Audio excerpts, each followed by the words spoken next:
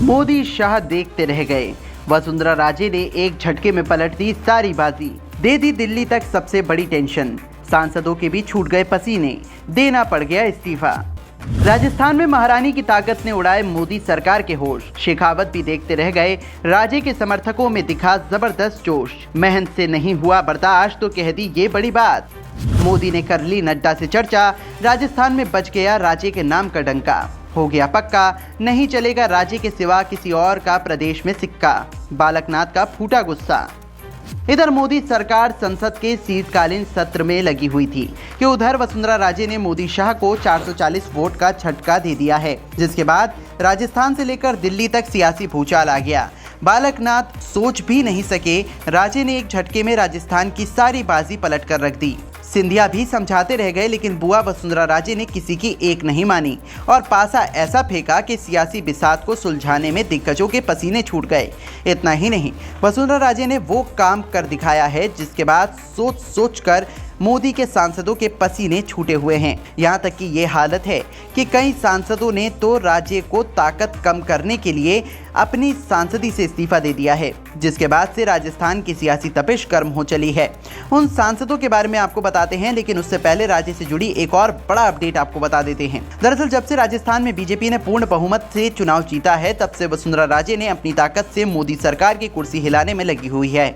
इतना ही नहीं, राजस्थान में लगातार राज्य के समर्थक विधायक भी मोदी से बसे राज्य को मुख्यमंत्री बनाने की मांग में लगे हुए हैं, जिसने बालकनाथ को टेंशन में डाल दिया है। रिपोर्ट्स की माने तो अब राज्य का नाम सियासी गलियारों में जोरों पर मुख्यमंत्री पद के लिए चला तो बालकनाथ ने दिल्ली में डेरा डाल दिया है।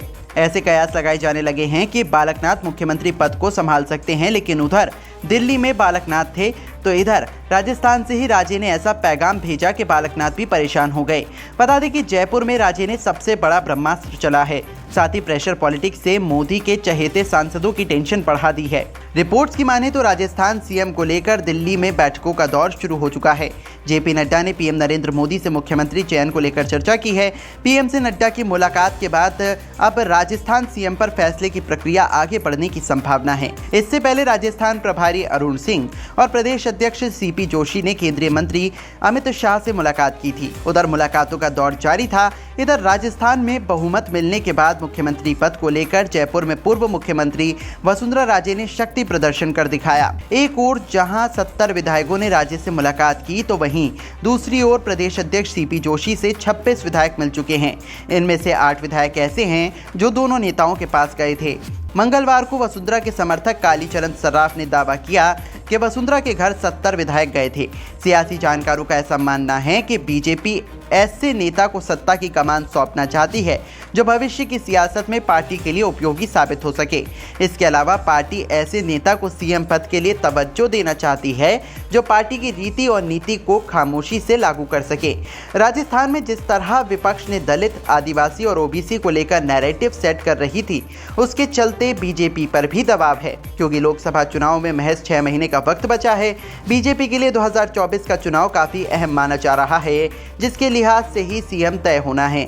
इन सारे फीडबैक के आधार पर संसदीय बोर्ड की बैठक में मुख्यमंत्री के नाम पर मुहर लगेगी, जिस पर वसुंधरा राजे एकदम फिट बैठती है, क्योंकि राजे ने ताकत के साथ साथ ये भी जता दिया है कि वो राजस्थान में बीजेपी के लिए कितनी अहम है। हालांकि इस बीच मोदी ने जिन सांसदों को राजस्थान के चुनावी मैदान में उतारा था, उन सब ने सांसद पद से इस्तीफा दे दिया है, जिसके बाद से सियासी हलचल और बढ़ गई है। अब आगे पीएम मोदी शाह किसको मुख्यमंत्री की कमान सौंपते हैं, ये देखने वाली बात होगी।